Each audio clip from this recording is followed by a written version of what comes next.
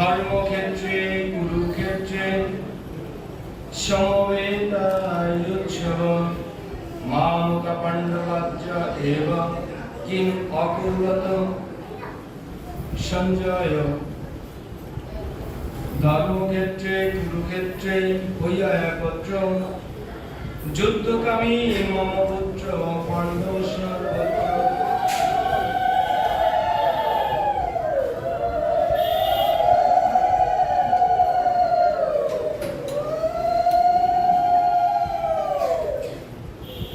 কি করিল তারপর কহত সঞ্জয়, ধৃতরাষ্ট্র জিজ্ঞাসায় সন্দিগ্ধ হৃদয়। বলুন, ধৃতরাষ্ট্র জিজ্ঞাসা করলেন, হে সঞ্জয়, ধর্মক্ষেত্রে যুদ্ধ করার মানুষে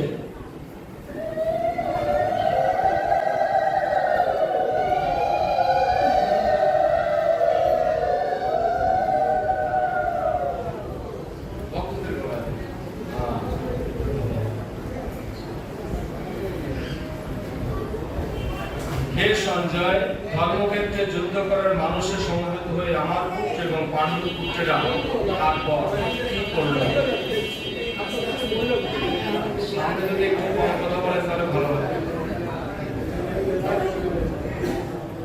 সঞ্জয় উবাচ দৃষ্টা তু পাণ্ডবানিকম ঊর্ধ্বং দুর্যোধনপদা আর্চমম উপসঙ্গম রাজা বাচনম অব্রবীত।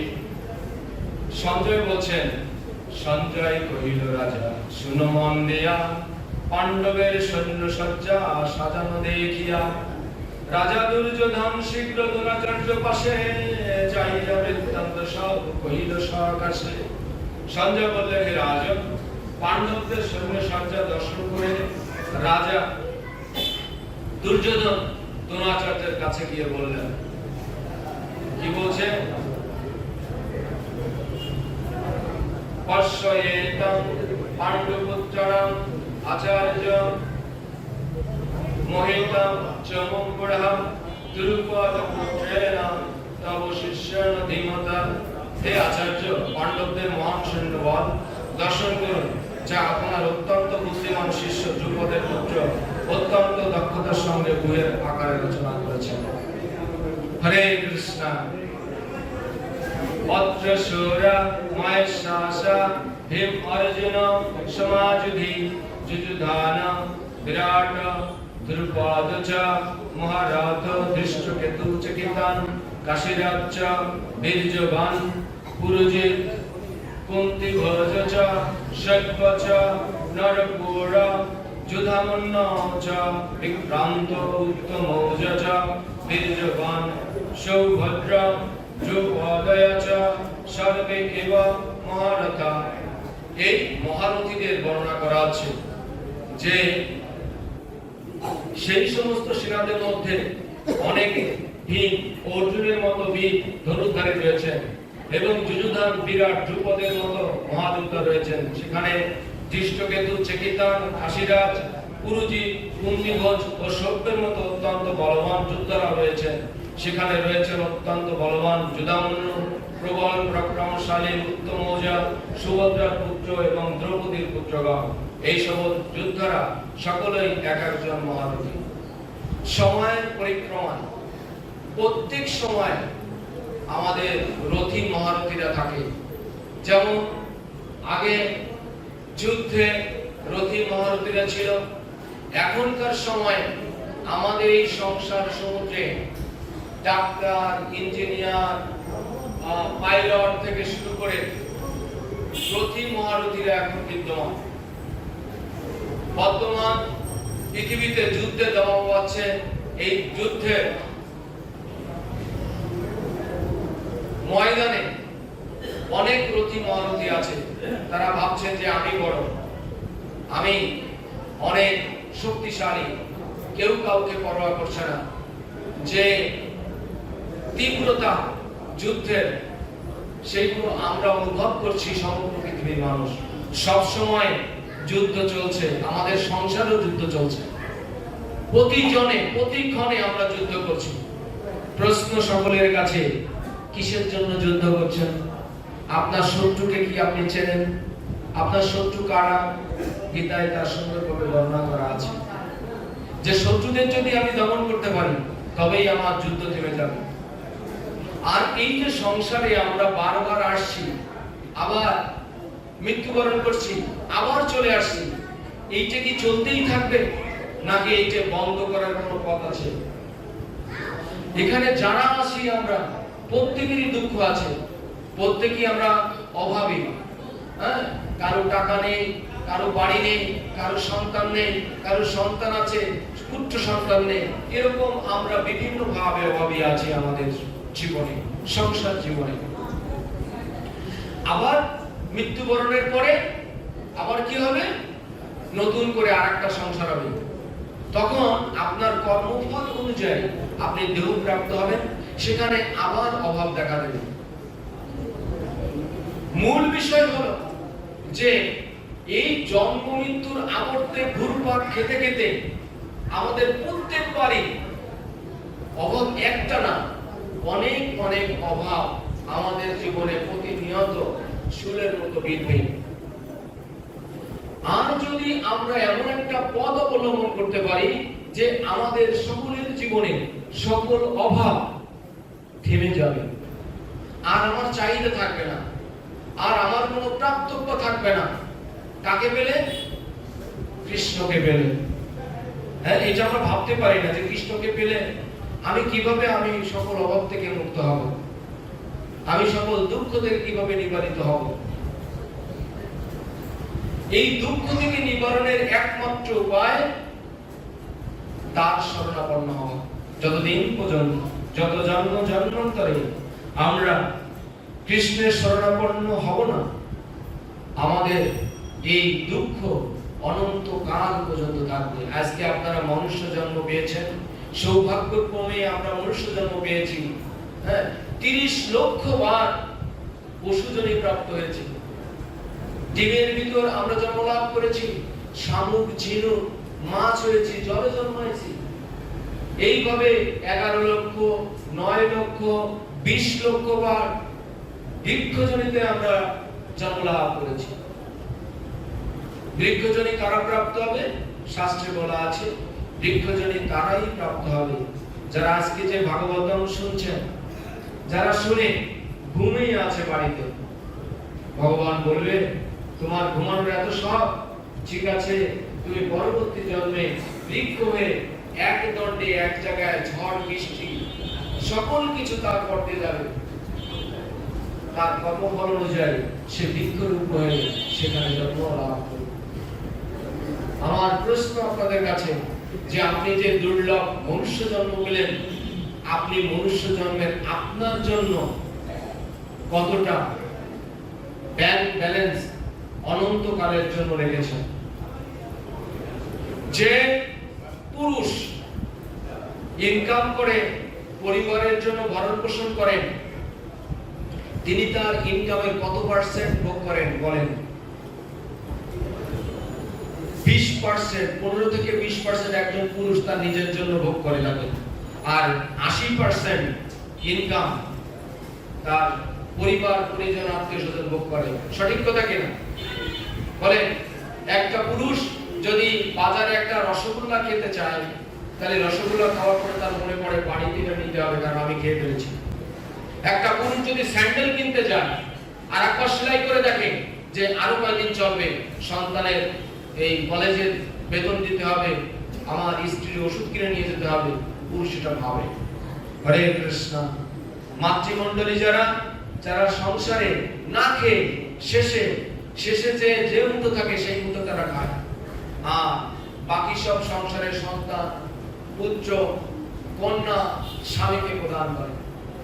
আমার প্রশ্ন, এই যে আমরা সংসারে এত কষ্ট করছি, এখানে যারাই বসে আছেন প্রত্যেকে নিজ নিজ জীবনে বিশেষ বিশেষ লড়াই করে এই পর্যন্ত আপনারা আসছেন। যারা সফলতা অর্জন করেছেন তারা অনেক কষ্ট করে এখানে এসেছেন। আমার প্রশ্ন হলো যে আপনি পাইলট হলেন, আপনি বিজ্ঞানী হলেন, আপনি ডাক্তার হলেন, আপনি সমাজের অনেক প্রতিপত্তি আপনি লাভ করলেন, মৃত্যুর পরে দেখলেন আপনাকে প্রশ্ন করা হচ্ছে, তুমি আমার জন্য কি করেছো? তুমি যেখানে জন্মলাভ করেছো সেই স্থানের জন্য তুমি কি করেছো?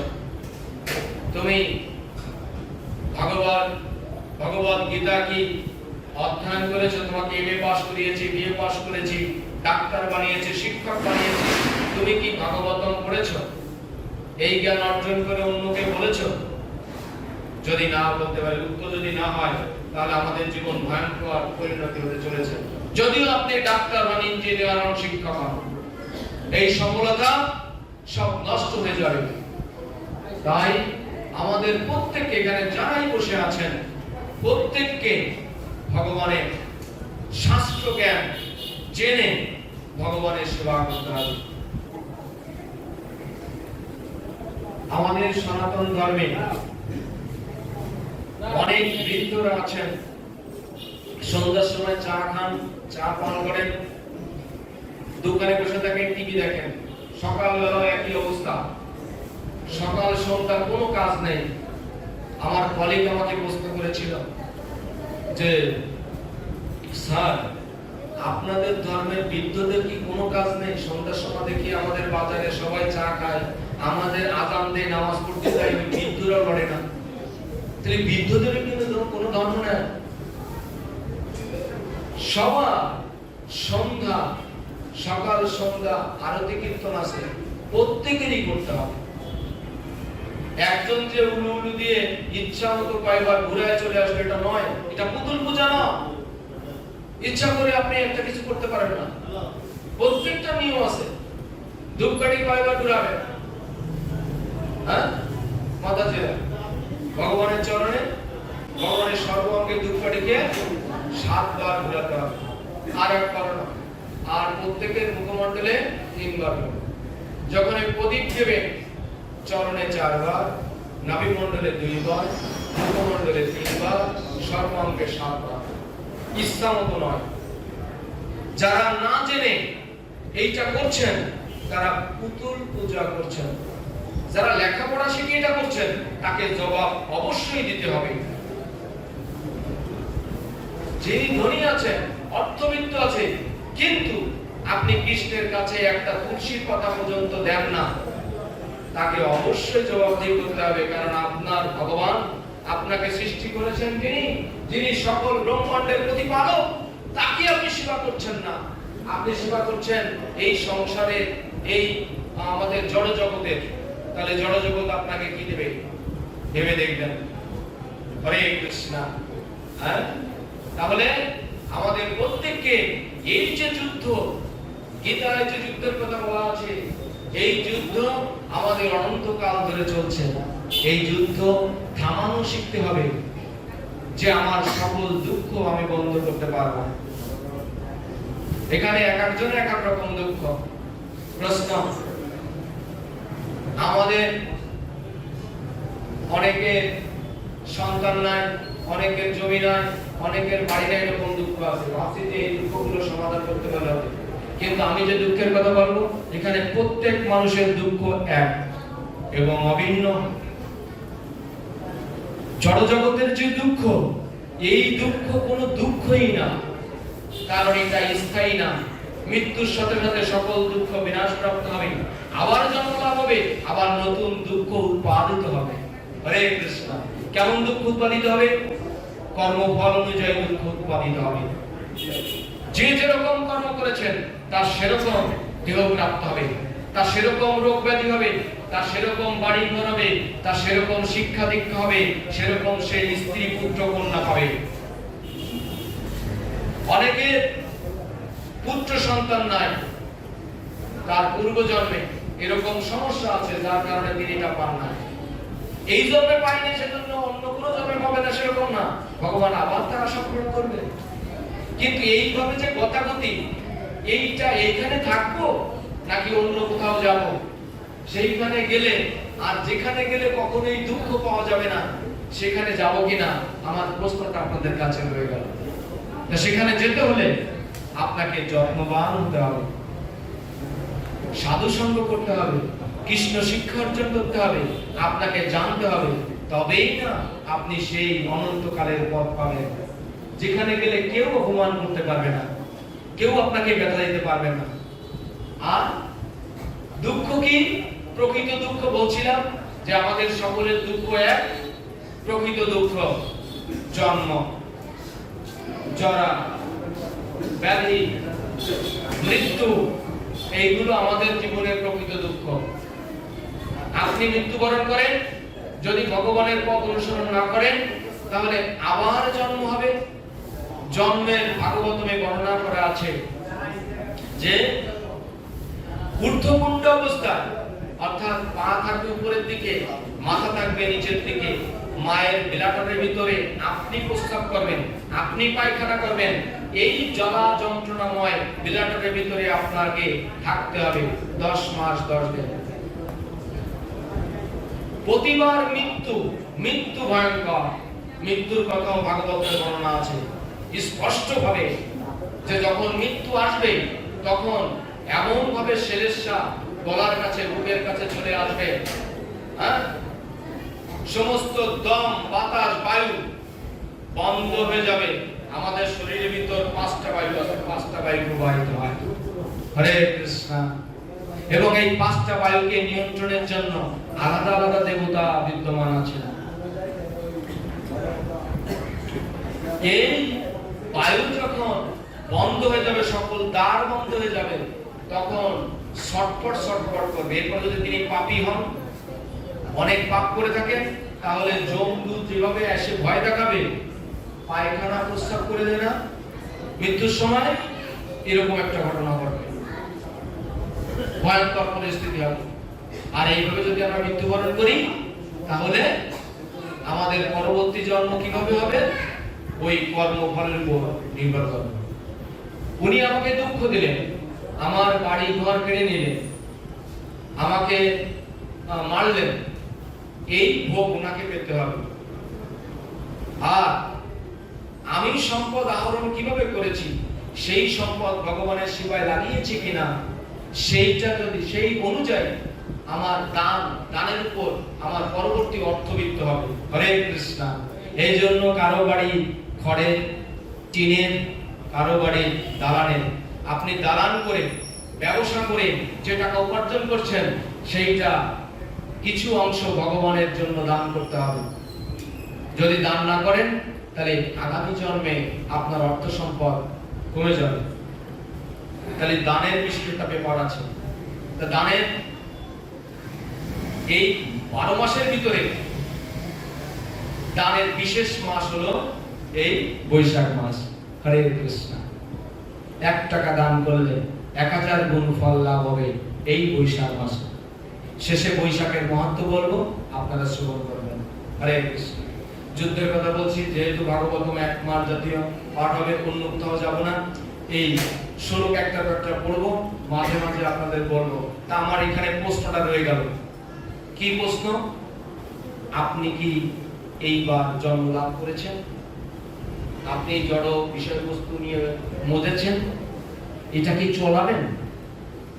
যদি চালান তাহলে আপনার আবার জন্ম, আবার নতুন দেহ প্রাপ্ত হবে। আমি যে এখানে ভাগবতম অধ্যয়ন করছি, আমার যে সাদা জামা আপনারা দেখছেন, আমার ভিতরে যদি কর্দমাক্ত থাকে একজনই দেখবে, কৃষ্ণ। আমার শাস্তি হবে, আমি যে উচ্চ লোকে যাব তার কোনো